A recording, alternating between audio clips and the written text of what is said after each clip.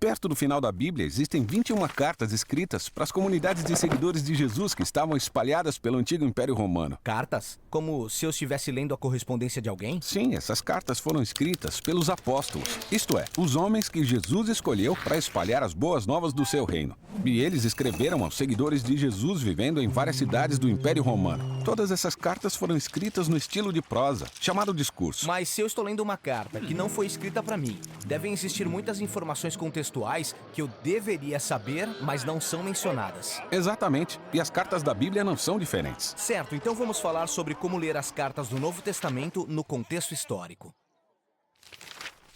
Quando lemos as cartas do Novo Testamento, é importante lembrar que existem 3 níveis de contexto histórico. Primeiro, lembre-se que todas as cartas se encaixam no enredo geral das Escrituras. É isso aí. Essa história começa com Deus criando a humanidade como parceiros no governo da criação.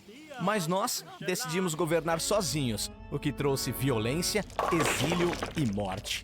Apesar disso, Deus faz uma promessa a um homem chamado Abraão e diz que, por meio dele e seus descendentes, todas as nações receberão vida e bênçãos, renovando a visão de Deus para a humanidade. E Jesus disse que veio para cumprir aquela promessa por meio da sua vida, morte e ressurreição.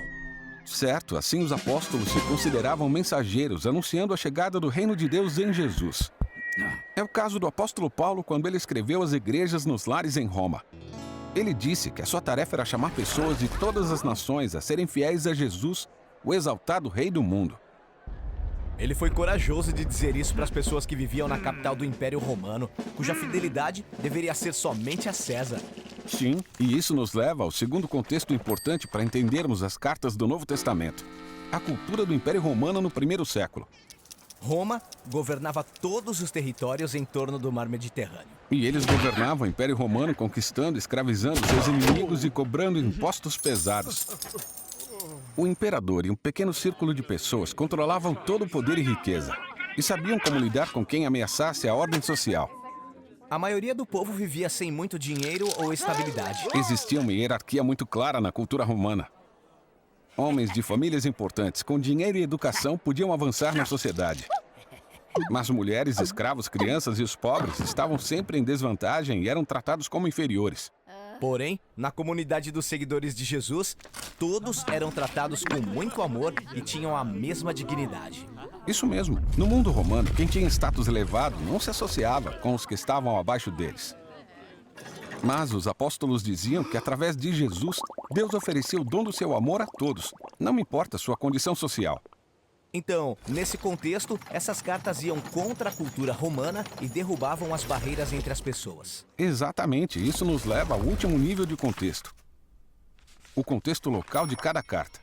Você está falando dos problemas específicos na igreja de cada cidade que levaram ao envio da carta? Sim, como na carta de Paulo aos cristãos de Roma. É tentador ler essa carta com foco somente na teologia importante que ela contém e esquecer por que ele a escreveu. E por que ele a escreveu?